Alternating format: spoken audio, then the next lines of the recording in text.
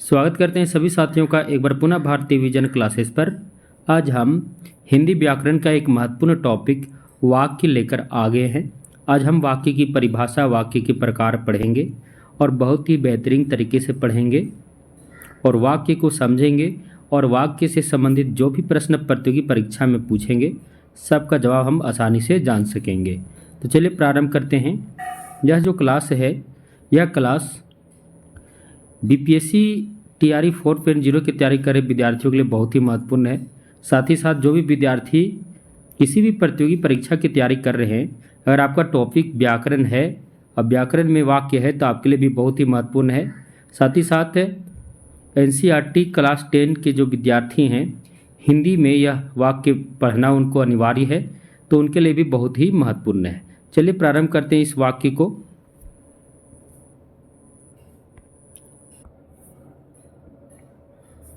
सबसे पहले वाक्य की परिभाषा देख लेते हैं।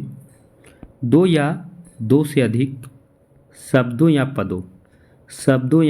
पदों का सुव्यवस्थित एवं सार्थक समूह को क्या कहते हैं? वाक्य कहते हैं। दो या दो से अधिक शब्दों या पदों। देखिए, शब्द और पद के बारे में आपको बता दे रहा हूँ। जैसे इस नोट्स में हम उसे भी बना दिए, इस पर भी बनाया हुआ है, लेकिन बता दें शब्द और पद क्या है। जब शब्दों का प्रयोग वाक्यों में किया जाता है, अर्थात जब शब्दों का प्रयोग वाक्यों में सार्थक रूप में किया जाता है तो वहाँ पर वही शब्द पद कहलाते हैं। तो परिभाषा क्या हो गया? दो या दो से अधिक शब्दों या पदों का सुव्यवस्थित एवं सार्थक समूह को वाक्य कहते हैं, या ऐसे भी कह सकते हैं शब्दों का व्यवस्थित समूह जिसका कोई अर्थ प्रकट हो उसे वाक्य कहते हैं। सार्थक का भी मतलब वही हुआ, अर्थ के साथ, या फिर जो भी शब्दों का व्यवस्थित समूह जिसका कोई अर्थ प्रकट हो उसे क्या कहते हैं? वाक्य कहते हैं। अब हम इसका उदाहरण देखते हैं वाक्य का। सार्थक और निरर्थक दोनों प्रकार के हम वाक्यों के लिए हैं।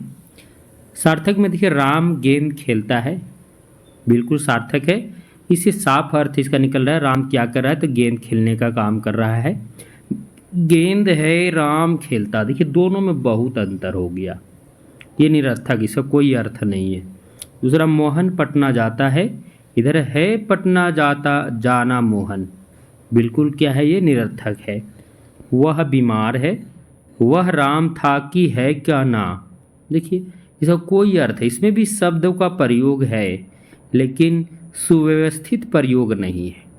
किसका कहाँ प्रयोग होना चाहिए वो नहीं है, जहाँ तहाँ है, तो ये निरर्थक हो गया, इसका कोई अर्थ प्रकट नहीं हो रहा है। यह एक हाथी है एक तो तब हाथी में, अब देखिए इसका कोई अर्थ नहीं पर, क्योंकि जितने भी शब्द यहाँ हैं ये सभी शब्द या पद कह सकते, सब क्या है? तो निरर्थक है। यानी यहाँ पर जितना भी प्रयोग है सब क्या है? तो इसका क्रम सही से नहीं है, अर्थात सुव्यवस्थित तरीके से नहीं इन शब्दों को बैठाया गया है। और यहाँ देखिए तो सुव्यवस्थित है, यह एक हाथी है, यह एक हाथी है, यह क्या है? तो ये सार्थक शब्द है। सीता गीता की सहेली है। सीता किसकी सहेली है? गीता की साफ साफ एकदम अर्थ निकल रहा है कि गीता है सीता सहेली। अब की गीता है सीता सहेली, इसका कोई अर्थ नहीं निकल रहा है। तो सार्थक यानी शब्दों या पदों का जो सार्थक समूह होता है, सुव्यवस्थित समूह, सार्थक समूह भी कह सकते, वही वाक्य है। क्योंकि जब शब्दों और पदों का सुव्यवस्थित समूह रहता है तो वाक्य जो है वो सार्थक हो जाता है, उसका कोई अर्थ निकलता है। अब चलिए, अब हम वाक्य के अनिवार्य तत्वों की चर्चा करते हैं। कुल 6 तत्व तो याद रखना, वाक्य के कुल 6 अनिवार्य तत्व हैं। पहला सार्थकता। सार्थकता यानी वाक्य का कुछ न कुछ अर्थ होनी चाहिए। योग्यता में वाक्य के अर्थ में योग्यता होनी चाहिए।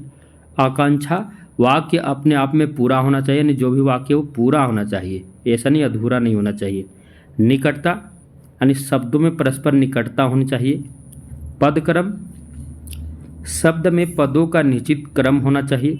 जो वहाँ देख रहे थे कि आगे पीछे क्रम कर देने से सार्थक वाक्य निरर्थक हो गया। और छठा है अनन्वयी, यानी लिंग, वचन, पुरुष, काल, कारक आदि का मेल होना चाहिए। तो ये 6 तत्व हैं। अब हम आगे बढ़ते हैं। अब वाक्य के अंग की चर्चा करते हैं।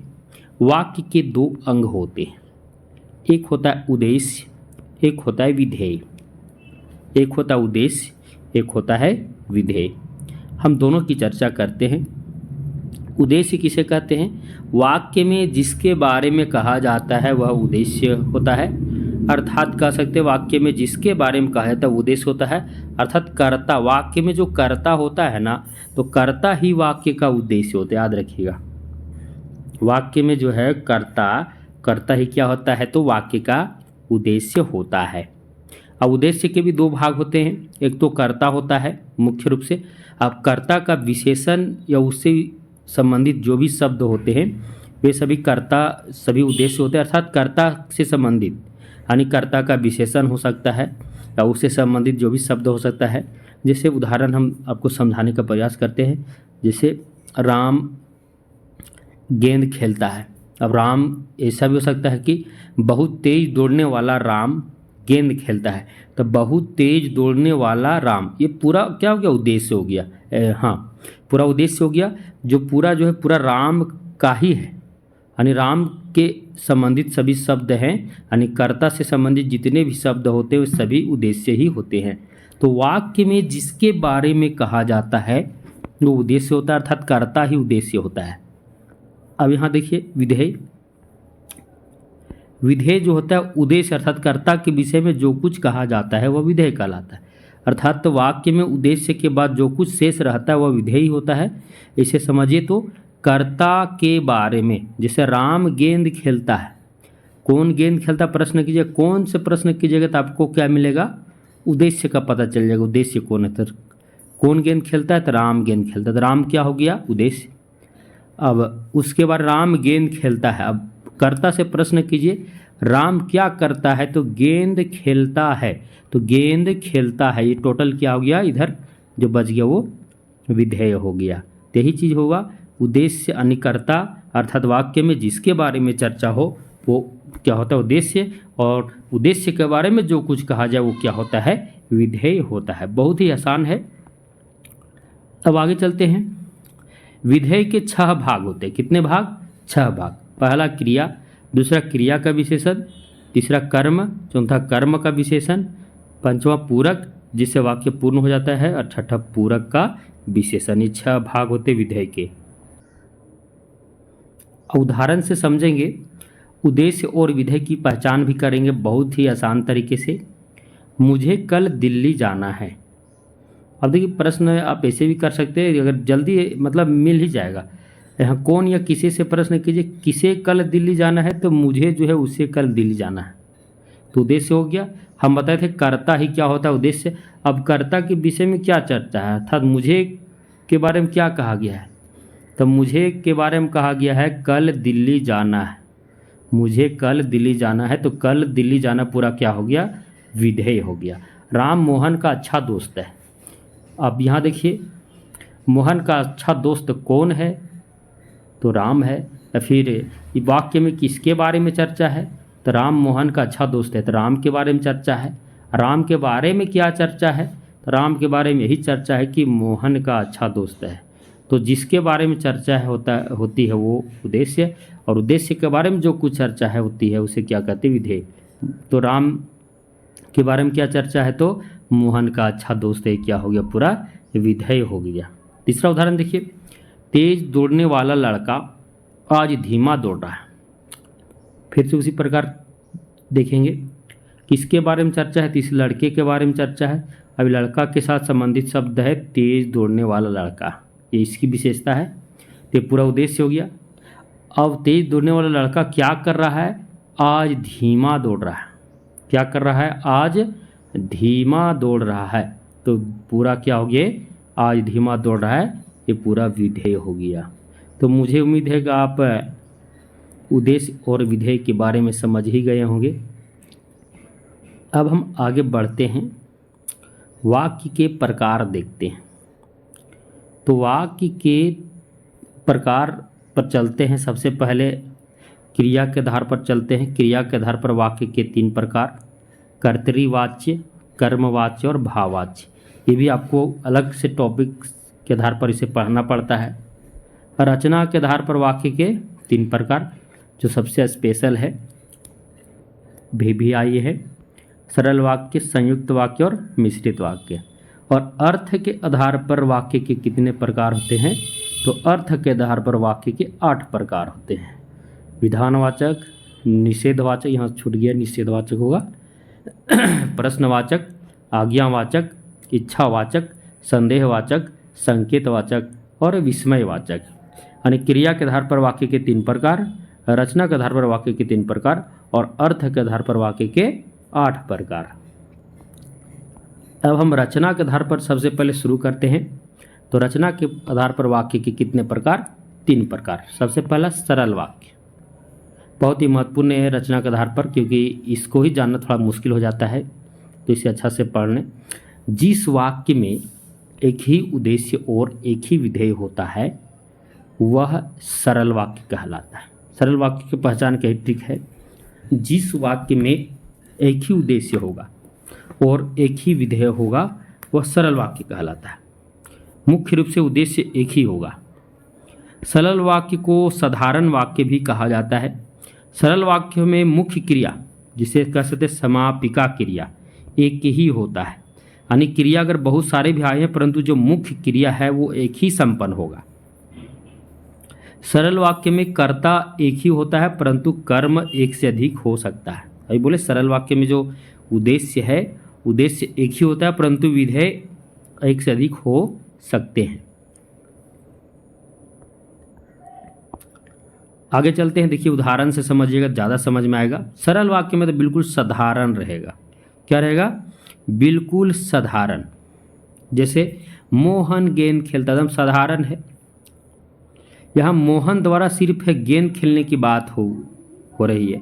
मोहन गेंद खेलता है, इसमें देखिए एक ही उद्देश्य, अब बचा हुआ एक ही विधेय है। इसकी पहचान सबसे महत्वपूर्ण रूप से जब इसकी पहचान है वो है खेल, मतलब क्रिया। इसमें जो मुख्य क्रिया है वो एक ही होगा। मुख्य क्रिया जो है वो एक ही होगा, जिसे समापिका क्रिया कहते हैं। समापिका क्रिया जिससे वाक्य की समाप्ति होती है। तो किसमें सिर्फ एक ही क्रिया है, खेलने की ही बात हुई है। सूर्योदय होते ही चारों ओर उजाला छा गया। अब आप अनुमान लगाइए इसमें कि क्रिया एक हुआ है या 2 मुख्य क्रिया। तो पूरा वाक्य में उजाला छाने की बात हुई है, तो छा गया एक ही क्रिया यहाँ पर हुआ है, छा गया। मुझे कल दिल्ली जाना है, इसमें भी एक ही क्रिया है, एक ही उद्देश्य है और एक ही विधेय है। दशरथ पुत्र राम ने रावण को मार गिराया। अब दशरथ पुत्र राम जो है, ये पूरा दशरथ पुत्र राम में पूरा क्या हो गया? उद्देश्य हो गया। अब रावण को मार गिराया क्या हो गया? विधेय हो गया। अब यहाँ देखिए मुख्य क्रिया सिर्फ एक ही है, मार गिराने की बात हुई है, यानी मारने की बात हुई है। अगला है उसने अपने मित्र का पुस्तकालय खरीदा। और इसमें भी देखिए उद्देश्य एक है उसने और विधेय है। विधेय में क्रिया देखिए, क्रिया को पकड़िए, एक ही क्रिया खरीदने की बात हुई है। सूर्योदय होने पर कुहासा जाता रहा। अब इसमें साफ पता चल रहा है कुहासा जाने की बात हो रही है। तो सरल वाक्य की पहचान है जिसमें एक ही उद्देश्य और एक ही विधेय अधिकतर होते हैं, यानी आपको 95% ऐसे देखने को मिलेंगे। यह एक कलम कितना साधारण है, ये भी क्या है? सरल वाक्य है। परिश्रमी छात्र अवश्य सफल होंगे, ऐसे मुख्य क्रिया क्या है? सफल होंगे। अब देखिए इसका पहचानने का ट्रिक क्या है। सरल वाक्य आप तुरंत कैसे जान लीजिएगा, याद रखिएगा। सरल वाक्य में और, एवं, अथवा, किंतु, परंतु, जो, सो, जैसा, वैसा, जब, तब, या, तद्यपि, यद्यपि, जहाँ, तहाँ इत्यादि, ये जो सारे शब्द है ना, ये आपको दिखेंगे ही नहीं। ये जितने भी है ये बिल्कुल नहीं दिखेंगे, कहीं आपको दिखने वाले नहीं है। कौन कौन? और, एवं, अथवा, किंतु, परंतु, जो, सो, जैसा, वैसा, जब, तब, या, तद्यपि, यद्यपि, जहाँ, वहाँ, जहाँ, तहाँ, जो है, ये सब बिल्कुल आपको नहीं देखने को मिलेगा। अब समझ लीजिएगा कि सरल वाक्य ही है, क्योंकि सरल वाक्य में ये सब होता ही नहीं है। अब देखिए उदाहरण से आप समझ ही गए, जितने भी यहाँ वाक्य लिए सभी में एक ही वाक्य उद्देश्य है और क्रिया भी एक ही संपन्न हुआ है। अब आगे चलते हैं। संयुक्त वाक्य में देखिए, तीनों वाक्य जब आप जान लीजिएगा तब आप आराम से पहचान लीजिएगा कौन सा संयुक्त होगा, कौन सा सरल होगा और कौन सा मिश्र होगा। अब संयुक्त होता है जिस वाक्य में दो या दो से अधिक सरल वाक्य संयोजक अवयवों द्वारा जुड़े होते हैं उसे संयुक्त वाक्य कहा जाता है। अब देखिए, संयुक्त वाक्य का पहचान का ट्रिक यही है, इसमें योजक जो होते हैं यानी इसे संयोजक कहते हैं, वे लगे रहेंगे और अक्सर बीच में ही रहेंगे। कहाँ रहेंगे? बीच में। जैसे और, एवं, अथवा, तथा, या, किंतु, परंतु, इसलिए, अतः, फिर भी, तो, नहीं, तो, न, लेकिन, पर, मगर, अन्यथा, वरना, सो, ये सब जितना है ये सब क्या है? संयोजक है, अर्थात ये जोड़ने का काम करता है। ये क्या करता है? चाहे शब्द शब्द को जोड़ने का काम करता है या फिर वाक्य वाक्य को जोड़ने का काम करता है। अब हम वाक्य पढ़ रहे हैं तो इसमें वाक्य को जोड़ने का काम करेगा। और ये याद रखना, सरल वाक्य संयुक्त वाक्य में अक्सर आपको बीच में दिख जाएगा। बीच में, वाक्य के बीच में अगर लगा रहेगा तो पकड़ लीजिए ये संयुक्त वाक्य है। सब वाक्य के बीच में ही लगा मिलेगा। अब वाक्य में जो संयोजक अवयव है 4 प्रकार के होते हैं। एक होता है संयोजक संयुक्त वाक्य जिसमें और, एवं, तथा आता है, अर्थात जिसमें दो या दो से अधिक वाक्यों को जोड़ने का कार्य होता है वहाँ संयोजक संयुक्त वाक्य होता है। दूसरा विभाजक संयुक्त वाक्य। विभाजक संयुक्त वाक्य क्या होता है? जहाँ पर या देखिए ट्रिक है, या, न, अथवा, अन्यथा, वरना, ये सब दिखेगा जो वो विभाजक संयुक्त वाक्य के अंतर्गत आएंगे। अगर संयोजक अवयव के अर्थात प्रकार में चला जाएगा तो इसे चलन, लेकिन ये सब आपको याद रखना है, सभी क्या आते हैं? सभी संयुक्त वाक्य में आते हैं। यानी जब एक विकल्प को त्याग दिया जाता है और दूसरे को स्वीकार किया जाता है वहाँ पर विभाजक संयुक्त, वहाँ पर जो भी संयोजक अवयव जुड़ते हैं वे सब विभाजक संयोजक अवयव होते हैं। जैसे ठीक से काम करो अथवा नौकरी छोड़ दो। देखिए यहाँ पर एक कह रहा है या तो ठीक से काम करो या फिर नौकरी छोड़ दो। दोनों में एक चीज़ को क्या कहा जा रहा है? एक विकल्प को त्याग करने की बात कही गई है और एक विकल्प को स्वीकार करने की बात कही गई है। तीसरा है विरोधवाचक संयुक्त वाक्य। जब दो या दो से अधिक उपवाक्यों में विरोध का भाव हो, जैसे मगर, लेकिन, पर, किंतु, परंतु, ये जहाँ मिलेगा वो विरोधवाचक संयुक्त वाक्य के अंतर्गत आते हैं। जैसे मैंने उसे बहुत समझाया पर वह नहीं मानी। तो यहाँ विरोध हो रहा है, समझाया पर वो मानी नहीं, दोनों एक दूसरे का विरोध कर रहे हैं लेकिन वो मानी नहीं। चौथा है परिमाणवाची संयुक्त वाक्य। इसमें आता है इसलिए, अतः, सो। जब एक वाक्य से कार्य तथा दूसरे वाक्य से परिणाम का बोध हो वहाँ पर क्या होता है? परिणामी संयुक्त वाक्य होता है। अब जैसे आज बाजार बंद है इसलिए कुछ नहीं मिलेगा। देखिए अब एक वाक्य से कार्य की बात है और दूसरे वाक्य से परिणाम की। बाजार बंद है इसलिए कुछ नहीं मिलेगी, परिणाम का पता चल गया। तो इस प्रकार से वाक्य में संयोजक अवयव के 4 प्रकार होते हैं। आपको अगर सिर्फ संयुक्त वाक्य रखना ये सभी को देख लीजिए, ये सभी को आराम से देखिए। ये सभी जो हैं यही क्या है तो पहचान है, ये हमेशा वाक्य के बीच में ही दिखेंगे। वाक्य के बीच में संयुक्त वाक्य का ट्रिक है। संयुक्त वाक्य क्या है? ट्रिक है। अब यहाँ कुछ है और भी महत्वपूर्ण है। कभी कभी संयुक्त वाक्यों में संयोजक अवयव का लोप भी किया जाता है परंतु वह गौण रूप में उपस्थित रहता है। जैसे रहने वाले रहेंगे, जाने वाले चले जाएंगे, बीच में कोमा आ गया। अब रहने वाले रहेंगे, जाने वाले चले जाएंगे, बीच में क्या चाहिए? और का लोप हो गया। यानी इसको ऐसे समझ सकते, रहने वाले रहेंगे और जाने वाले चले जाएंगे। काम किया है, पैसा तो मांगूंगा ही। अब काम किया है इसलिए पैसा तो मांगूंगा ही, तो इसलिए का लोप है। तो यहाँ भी इसको पहचानना बहुत जरूरी, कहीं कहीं लोप रहता है और जब लोप रहेगा तब कोमा लगा रहेगा, पकड़ लीजिएगा। अब यहाँ देखिए कभी कभी संयुक्त वाक्यों में कर्ता एक ही कर्ता के सभी जगह उपस्थित है। कभी कभी जब संयुक्त वाक्यों में कर्ता एक ही कर्ता सभी जगह उपस्थित रहता है तो एक कर्ता को छोड़कर बाकी को लोप कर दिया जाता है। अर्थात इसका कहने का मतलब है जब किसी वाक्य में एक ही कर्ता कई जगह रहेगा तो उसमें से एक कर्ता को स्वीकार किया जाएगा बाकी कर्ता को लोप कर दिया, यानी छुपा दिया जाएगा। जैसे राम घर गया और पढ़ने लगा, हम इसको ऐसे भी बना सकते थे, राम घर गया और राम पढ़ने लगा। अब राम राम दो बार प्रयोग हो रहा था, तो यहाँ पर दोनों एक ही कार्य, एक ही कर्ता द्वारा दोनों कार्य किया गया है, तो वहाँ सिर्फ एक ही कर्ता को शुरुआत में लेने से दूसरे कर्ता का अपने आप यहाँ आभास हो जाता है। अब मैं घर गया और खाना खाया, अब यहाँ मैं देखिए, मैं घर गया और मैं खाना खाया, लेकिन मैं को नहीं भी लिखे तो काम चल गया, मैं घर गया और खाना खाया। पहचान है सिर्फ बीच में देख लीजिएगा, और एवं अथवा किंतु परंतु, ये सब आपको दिखेगा। अब संयुक्त वाक्य के अन्य उदाहरण से हम और समझेंगे। गिलास नीचे गिरा और टूट गया, देखिए बीच में और आया। सूर्योदय हुआ और कुहासा चला गया, बीच में और आया। मेरी पत्नी बीमार है इसलिए मैं नहीं आ सकता, इसलिए देखिए बीच में आया। शीला नौकरी करेगी अथवा मीरा नौकरी करेगी, ये भी देखिए बीच में अथवा आया, परंतु आया, और आया। ये क्या है, ट्रिक है, बीच में ही दिखेगा। ये संयुक्त वाक्य के पहचान का क्या है, ट्रिक है। अब वाक्यों के बीच में क्या रहेगा, ये ट्रिक है, और एवं अथवा किंतु परंतु या इसलिए सो फिर भी अन्यथा लेकिन पर इत्यादि, ये सब क्या है, तो संयुक्त वाक्य का पहचान है, बीच में आपको दिखने को मिलेगा, बीच में लगा रहेगा। अब चलते हैं मिश्र वाक्य में। जिस वाक्य में एक से अधिक वाक्य मिले हों किंतु एक वाक्य प्रधान हो तथा शेष वाक्य प्रधान वाक्य या उपवाक्य पर आश्रित हो, उसे मिश्र वाक्य कहते हैं।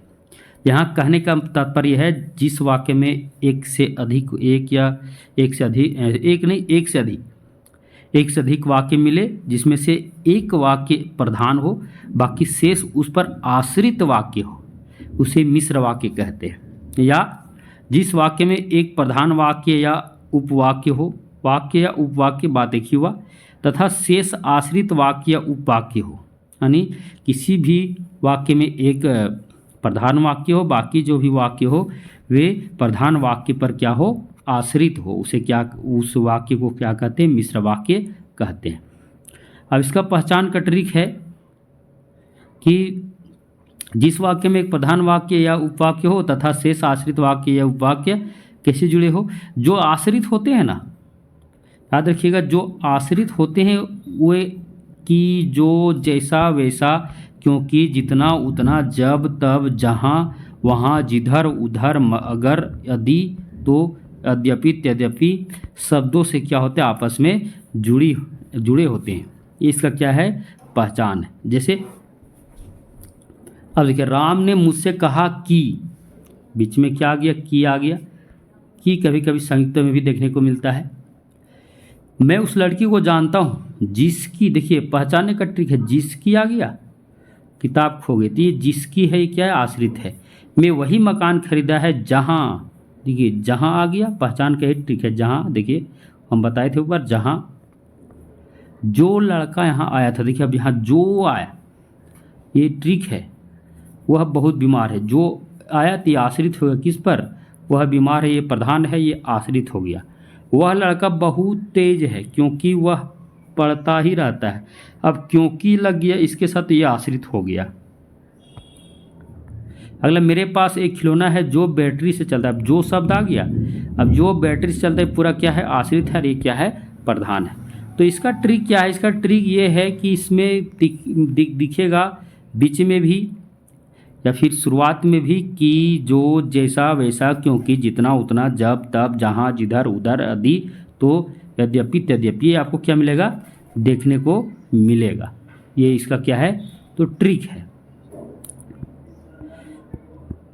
अब वाक्य परिवर्तन में देखते हैं कैसे कैसे परिवर्तन होता है। अब वाक्य परिवर्तन करते समय हमको ये बात का ध्यान रखना बहुत ज़रूरी होता है कि समय अर्थात काल में कोई परिवर्तन ना हो। जिस काल में वाक्य है, उसको जब, अगर कोई सरल वाक्य अगर वर्तमान काल में है तो उसको जब हम मिश्र में बदलेंगे या फिर संयुक्त में बदलेंगे तो वो वर्तमान काल में ही होनी चाहिए। क्रिया में भी कोई बदलाव नहीं होना चाहिए, वचन में भी कोई बदलाव नहीं होनी चाहिए, अर्थात कुल मिलाकर उसमें कोई परिवर्तन नहीं होना चाहिए। सिर्फ वाक्य बदले परंतु उसके काल, वचन, लिंग, क्रिया में कोई परिवर्तन नहीं होना चाहिए। जैसे अब इतने सरल वाक्य को संयुक्त में परिवर्तन किए हैं। सूर्योदय होते ही कुहासा जाता रहा, अब इसमें कहीं आपको नहीं दिखेगा कि, जो, और, एवं, किंतु, परंतु, तद्यपि, यद्यपि, जो, जैसा, वैसा कुछ है क्या? इतनी सरल वाक्य है। अब इसको संयुक्त में बदलेंगे। सूर्योदय हुआ और बीच में क्या लगा दे? और कुहासा जाता रहा। देखिए कोई न क्रिया में बदला हुआ, सिर्फ क्या हुआ, ये संयुक्त में बदल गया। आज सुबह उठकर उसने दूध पिया, इसको संयुक्त में बदलेंगे। आज वह सुबह उठा और दूध पिया। माँ ने बच्चे को नहलाकर स्कूल भेजा। माँ ने बच्चे को नहलाया और स्कूल भेजा, बीच में और आया। वह बाजार जाकर मेरे लिए फल लाई। वह बाजार गई और मेरे लिए फल लाई। मैंने मीरा से विवाह करना चाहा था। मैंने चाहा था कि मैं मीरा से विवाह करूं। आगे, सीता ससुराल जाकर खुश नहीं है। सीता ससुराल गई परंतु खुश नहीं, बीच में परंतु आ गया।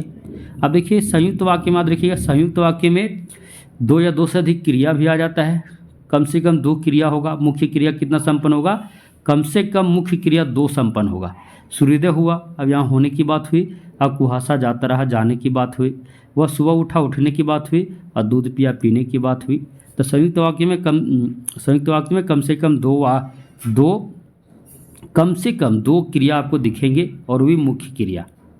और संयुक्त वाक्य में अगर दो मुख्य क्रिया है तो दो आपको क्या मिलेगा? हो सकता है कि दो ना मिले, लेकिन इसमें क्रिया जो है निश्चित है। संयुक्त वाक्य में दो क्रिया आपको देखने को मिलेंगे। अब सरल से मिश्र में बदलते हैं। सूर्योदय होते ही कुहासा जाता रहा। अब जैसे इसको मिश्र में जाएंगे तो आपको तुरंत दिमाग में बैठा लेना, जो, जैसा, जहाँ, तहाँ, जिधर, उधर, ये सब का प्रयोग करना अनिवार्य है। अब इसको देखिए, सूर्योदय होते ही कुहासा जाता रहा। मिश्र में क्या बदले? जैसे ही सूर्योदय हुआ कुहासा चला गया। मैंने मीरा से विवाह करना चाहा था। मैंने जिससे विवाह करना चाहा था वह मीरा है। अब जिससे शब्द आ गया। देखिए यही पहचान है। सीता ससुराल जाकर खुश नहीं है। जब से सीता ससुराल गई है तब से, यहाँ लिख सकते तब से खुश नहीं है। तो जब से क्या हो गया? ये पहचान है मिश्र वाक्य का। परिश्रमी छात्र अवश्य सफल होंगे। अब जो छात्र परिश्रम करेंगे उन्हें सफलता अवश्य मिलेगी। अब यहाँ जो शब्द आया, अब यही पहचान है, ये मिश्र वाक्य का पहचान है। अब संयुक्त से मिश्र में चलते हैं। हम घर से बाहर निकले और बारिश होने लगी। अब इसको जैसे हम ले जाएंगे मिश्र में, जैसे, जब, तब, इस सब का प्रयोग करना है। जैसे ही हम घर से बाहर निकले बारिश होने लगी। मैं एक लड़के से मिला और वह बहुत होशियार था। मैं एक लड़के से मिला जो बहुत होशियार था। जो शब्द आ गया, यही है, बदल दिए। सूर्योदय हुआ और कुहासा चला गया। जैसे ही सूर्योदय हुआ कुहासा चला गया, जैसे शब्द आया। तो ये क्या है? तो संयुक्त से मिश्र में बदल दिए। किसी भी वाक्य को संयुक्त बदलना, बीच में और, एवं, अथवा, किंतु, परंतु लगा देना है। और जो भी हम बताएं मिश्र में बदलना है तो जो, जैसा, जैसी, जहाँ, तहाँ, ये सब शब्दों का प्रयोग करके मिश्र में बदल देना है। ये पहचान का ट्रिक है। अब वाक्य संबंधी कुछ महत्वपूर्ण तथ्य जिसकी चर्चा हम कर दिए। हम बता ही दिए थे कि शब्द और पद एक ही होता है। सिर्फ प्रयोग के आधार पर शब्द क्या होता है? पद कहलाता है। और उपवाक्य किसे कहते हैं? जब कोई वाक्य कई वाक्यों से मेल से बनता है तो उस वाक्य में प्रयुक्त सभी वाक्य उपवाक्य कहलाता है। जैसे बता रहे हैं, मानी बहुत सारे वाक्य मिलकर एक वाक्य है, उसमें बहुत सारे वाक्यों का मिलन है, तो वहाँ जितने भी वाक्य हैं सभी वहाँ पर क्या कहलाएंगे? उपवाक्य कहलाएंगे। अब आश्रित उपवाक्य जो होते हैं वो तीन भेद है: संज्ञा उपवाक्य, विशेषण उपवाक्य और क्रिया विशेषण उपवाक्य। आगे चलते हैं। किसी भी सार्थक वाक्य के आरंभ में कर्ता, मध्य में कर्म और अंत में क्रिया होते हैं। तो क्या है? यही वाक्य की पहचान है। जैसे राम घर जाता है। अब ये क्या है? आरंभ में कर्ता, कर्ता गया राम, मध्य में कर्म, कर्म घर हो गया, और अंत में क्रिया होता है, नहीं जाता है क्रिया। तो कर्ता, कर्म, क्रिया आ गया। यही साधारण वाक्य की पहचान है। हो सकता है कभी कभी कर्म क्या होता है, कभी कभी कर्म गौण रूप में रहता है, लेकिन कर्ता और क्रिया के बिना वाक्य हो ही नहीं सकता। अब चलते हैं अर्थ के आधार पर वाक्य के प्रकार देखते हैं। तो अर्थ के आधार पर आपको बता ही दिए थे वाक्य के 8 प्रकार होते हैं। पहला विधानवाचक, जिस वाक्यों में कार्य होने की जानकारी मिलती है। यानी विधानवाचक को विधिवाचक या सकारात्मक वाक्य भी कहते हैं। जैसे मैं खा रहा हूँ, तुम पढ़ रहे, एकदम साधारण है, साधारण वाक्य होते हैं, साधारण जानकारी मिलती है। निषेधवाचक यानी कुल मिलाकर नकारात्मक, एकदम याद रखिए नकारात्मक। राम खाना नहीं खाता है, आज वर्षा नहीं होगी, एकदम नकारात्मक। आज्ञावाचक में क्या होगा? जहाँ पर आज्ञा, निर्देश, प्रार्थना या विनय की बात हो, जैसे क्या मैं अंदर आ सकता हूँ, यहाँ पर थोड़ा सा ये होगा, तुम अब जा सकते हो। देखिए यहाँ पर आज्ञा दिया गया, तो आज्ञा, प्रार्थना, ये सब का आज्ञावाचक में हो जाता है। प्रश्नवाचक में क्या होता है? जहाँ प्रश्न चिन्ह का बात हो, प्रश्न पूछने का, तुम कहाँ रहते हो, तुम्हारा नाम क्या है, तुम क्या करते हो, तो ये सब देखिए प्रश्न पूछा जा रहा है तो प्रश्नवाचक हो जाएगा। इच्छावाचक वाक्य, जिस वाक्य में इच्छा या शुभकामना या आशीष देने की बात का बोध हो, जैसे तुम्हारा कल्याण हो, शुभकामना दिए, या फिर कह सकते हैं उसको आशीर्वाद दे रहे हैं तुम्हारा कल्याण हो। भगवान मेरी मदद करो, ये भगवान से हम अपनी इच्छा प्रकट कर रहे हैं, मेरी मदद करो, आपकी यात्रा शुभ हो, यानी शुभकामना दिया जा रहा है कुल मिलाकर। तो जहाँ पर शुभकामना की बात हो, इच्छा देने की बात हो या आशीर्वाद देने की बात हो, वहाँ पर इच्छावाचक वाक्य हो जाएगा। संदेहवाचक, जिस वाक्य से संदेह या संभावना की बोध हो, संदेह या संभावना, जैसे आज बारिश हो सकती है तो ये संभावना है, राम कल आ सकते हैं, ये भी संभावना है, संदेह है, कल आ भी सकता है, नहीं भी आ सकता है। सातवां में है संकेतवाचक वाक्य, जिस वाक्य में एक ही कार्य का दूसरी कार्य से होने का बोध हो, जैसे अगर तुम परिश्रम करोगे तो अवश्य सफल होगे। अब यहाँ देखिए एक ही कार्य का दूसरी कार्य पर होने का बोध हुआ है, अर्थात अगर तुम परिश्रम करोगे तो तुम्हें सफलता मिलेगी, एकदम साधारण सा पता चल रहा है। और विस्मय बोधक की तो पहचान है, देखिए विस्मयादि चिन्ह इसमें दिए नहीं है, विस्मयादि चिन्ह की पहचान है, और यहाँ पर दिया हुआ ना, वाह, हाय, ओह, देखिए ये पहचान इसकी है। तो याद रखिएगा, क्या घर बनाए हो, वाह क्या घर बनाए हो, हाय मैं लूट गई, ओह संस्कृत पढ़ना इतना आसान है। कुल मिलाकर कह सकते हैं कि जहाँ पर विस्मयादि वाक्य आ जाएगा तो समझ लीजिएगा इसकी पहचान यही है, ये जो चिन्ह दिया हुआ है विस्मयादि बोधक का चिन्ह, ये पहचान है। अब जिसमें आश्चर्य, शोक, घृणा वगैरह की बात होती है वो विस्मयादि बोधक वाक्य होते हैं। तो आज हम वाक्य लेकर आए। अब एक क्लास में हम वाक्य को भी बहुत ही बेहतरीन तरीके से पढ़ेंगे। मुझे उम्मीद है कि वाक्य आपको समझ में आ गया होगा। जिसको भी नोट्स चाहिए नोट से ले सकते हैं। भारतीय विजन क्लासेस पर जेटेट का पेपर 1 का संपूर्ण सिलेबस जो हिंदी का है, जेटेट पेपर 1 हिंदी लैंग्वेज का संपूर्ण सिलेबस वो भी हस्तलिखित नोट्स हमारे पास उपलब्ध है। उसके अलावा क्षेत्रीय भाषा का सिलेबस अभी डिक्लेयर नहीं हुआ कि क्षेत्रीय भाषा में क्या सभी को पढ़नी है, क्योंकि क्षेत्रीय भाषा में जेएसएससी ने 2 प्रकार के सिलेबस बनाए हैं। एक सिलेबस जो है वो जिसमें आपको 12 की जो किताबें हैं उसे ले लिया गया, जबकि एक सिलेबस में आपको दिखेगा जो सिलेबस जो एक नया सिलेबस जारी हुआ वो जिसमें आपको सारे उपन्यास, हिंदी साहित्य का इतिहास वगैरह पढ़ने हैं, तब उसमें देखना होगा कि कौन सा सिलेबस दिया जाता है। ये अभी तक उसमें डिक्लेयर नहीं, सिर्फ दिया क्षेत्रीय भाषा आप हिंदी। अब हिंदी में क्या पढ़ना ये पता नहीं है। अब जैसे पता चलेगा, सिलेबस मेरे पास पेपर 2 हिंदी का उपलब्ध है, लेकिन जब तक क्लियर नहीं होगा तब तक इसे नहीं कर सकते। हाँ, पेपर 1 का अगर आपको चाहिए तो बहुत ही बेहतरीन है। अगर लैंग्वेज पेपर में भी अगर क्षेत्रीय भाषा में हिंदी साहित्य का इतिहास, जितने भी उपन्यास हैं, जितने भी काव्य पुस्तकें हैं, इसे ही शामिल कर दे तो बहुत ही बेहतर होगा। उससे क्या होगा, विद्यार्थी को भी पढ़ने में एक प्रकार सुविधा हो जाएगी। उस तरह पेपर 1 का सिलेबस और पेपर 3 का पेपर 2 है ना, क्षेत्रीय भाषा के ये पेपर 3 में है ना, क्षेत्रीय भाषा का जो सिलेबस है, सॉरी पेपर 2 में होगा। तो क्षेत्रीय भाषा का जो सिलेबस है वो और आपका जो पेपर 1 है उसका सिलेबस दोनों लगभग एक ही हो जाएगा, और दोनों काम मतलब एक पढ़ेंगे दोनों में काम करेगा तो बहुत बेहतर हो जाएगा। ऐसा हो जाए तो बहुत अच्छा होगा। साथ ही साथ जो भी विद्यार्थी जेएसएससी प्रतियोगी परीक्षा की तैयारी कर रहे हैं, अगर आपका पेपर 2 हिंदी है और हिंदी में देख लीजिए आपका सिलेबस में क्या दिया हुआ है। ये 12वीं की किताब हिंदी कोर पढ़ना है क्या वो भी देख लीजिए। अगर नहीं पढ़ना होगा तो एक और सिलेबस है जिसमें आपको हिंदी भाषा पढ़ना है, हिंदी साहित्य का इतिहास पढ़ना है, उपन्यास पढ़ना है। ये सब अगर आपको पढ़ना होगा तो उसका हस्तलिखित संपूर्ण सिलेबस का हस्तलिखित नोट्स हमारे पास उपलब्ध है, उसे आप ले सकते हैं। और बीपीएससी के विद्यार्थी को भी अगर संपूर्ण हस्तलिखित नोट्स चाहिए, बीपीएससी टीआरई 4.0 मैं बता दे रहा हूँ, मेरे नोट्स से पढ़ने के बाद आपको 100% प्रश्न बीपीएससी की परीक्षा में देखने को मिलेगी। सिर्फ हिंदी की ही हम बात कर रहे हैं, हिंदी की विद्यार्थी हैं और बीपीएससी की 4.0 की तैयारी कर रहे हैं तो आपके लिए संपूर्ण हस्तलिखित सिलेबस हिंदी का मेरे पास उपलब्ध है। प्रतियोगी परीक्षा में हमारे सिलेबस अर्थात मेरे पास जो नोट्स है उससे बाहर एक भी प्रश्न नहीं पूछेगा, सारे प्रश्न हमारे सिलेबस से रहेंगे। अगर आपको चाहिए तो आप उसे भी प्राप्त कर सकते हैं। इसके लिए आपको क्या करना होगा, भारतीय विजन क्लासेस का जो टेलीग्राम है उसमें ज्वाइन कीजिए या हमसे डायरेक्ट भी कांटेक्ट कर सकते हैं। और ये दोनों तरीके में जाने के लिए आपको इस वीडियो का डिस्क्रिप्शन बॉक्स में जाइए जहाँ पर मेरा नंबर दिया हुआ है, या फिर मेरा टेलीग्राम ग्रुप का ऑफिशियल लिंक भी है जहाँ से आप ज्वाइन कर सकते हैं और आप PDF प्राप्त कर सकते हैं। चलिए तब तक के लिए सभी को धन्यवाद, शुभ संध्या।